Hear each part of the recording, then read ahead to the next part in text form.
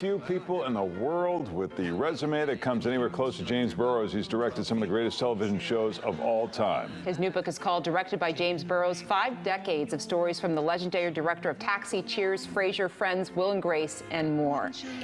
And James joins us this morning. Good morning, sir.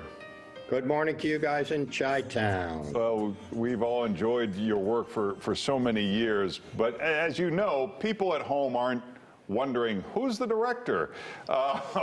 What is it that you do that makes those shows successful? I would say I take a diverse cast that I'm giving on the pilot and then try to mold them into to homogeneous group that like one another on stage and in rehearsals and everything like that. And eventually that comes across the screen. That love that the cast has for one another comes across the screen and into people's homes. Huh. Norman Lear said that you almost single-handedly revolutionized the format of situation comedy. How do you see your role in all of that? I happen to agree with him. I mean, you've really changed the way that it was done. How do you see your role in that? I came along at the right time. I started in the early 70s on the Mary Tyler Moore Show when sitcom was exploding, I think for the second time, because it exploded in the 60s too. And Norman had already done his stuff.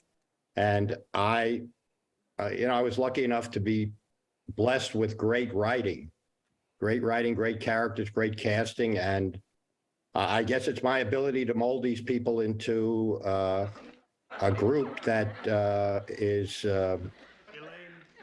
that appeals to the people. They understand the characters, they identify with the characters, and they tolerate some of the abhorrent characters who are made believable by the fact that Judd or Teddy or Eric talks to them and gives them credibility. Yeah, while you're saying abhorrent characters, we're looking at Danny DeVito in Taxi. Perfect timing. Look at that move, you know? Yeah. Oh, gosh, that's so... James, when you were directing, you've directed more than 75 pilots.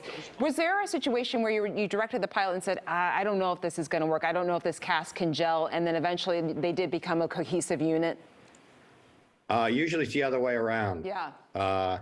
Usually if I do a pilot and it's a good pilot, but not a great pilot, I can put smoke and mirrors into it and it makes it look good. But after I leave, the writing was never there from the beginning, so it tails off. But as far as I don't think I've done an adequate pilot that's come out to be a great show. Huh. How did you pass on Seinfeld? One of my close friends when I was in the 90s and the 80s was Brandon Tartikoff, who was a legend in the television business. He was one of the few executives in the business who would let the creative people do what they wanted to do. Oh. And he kind of showed me that show. It had been done. It had been, I think, 6 episodes. And I regret that I didn't, get a chance to work with Larry and Jerry. It's a wonderful show, and sometimes you can't win them all. The list of shows and stars with whom you have worked is amazing. I thought, can I ask him who are his favorites? Of course, there's no way to answer that. So instead, just tell us who the real jerks were.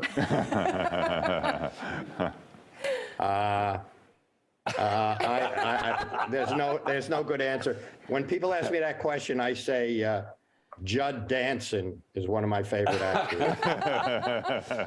And Eric Gardell. Yeah. And Matt Aniston. Yeah. So are there qualities though, Jim, that of who will rise to superstardom like Mary Tyler Moore or some of the ones that you've worked with?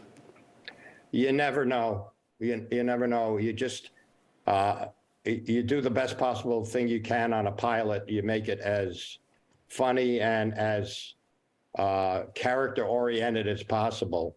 and then you hope the public comes to the dance.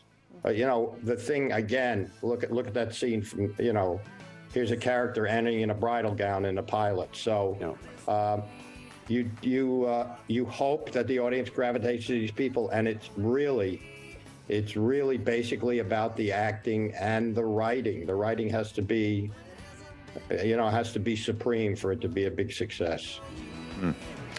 I was looking at your biography, and there were so many different jobs that you did before becoming a director. Talk to us about some of those different jobs within the industry that made you become such a fantastic director.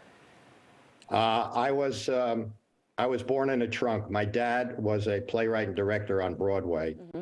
He wrote Guys and Dolls. He directed and wrote How to Succeed in Business, Cactus Flower, 40 Carats, Can. So I was born around the theater, and what I do in all my sitcoms is that's a theatrical production that's being filmed. It's not a one-camera show where the camera is a character. It's a proscenium-based show in front of an audience. So I got, you know, my dad opened the door for me, and I got, you know, to stage manage for him, and then eventually I directed summer stock and dinner theater.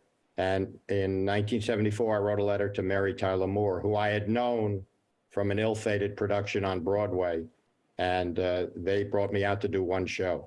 About that. That's great. If you are a TV fan, this is a must-read.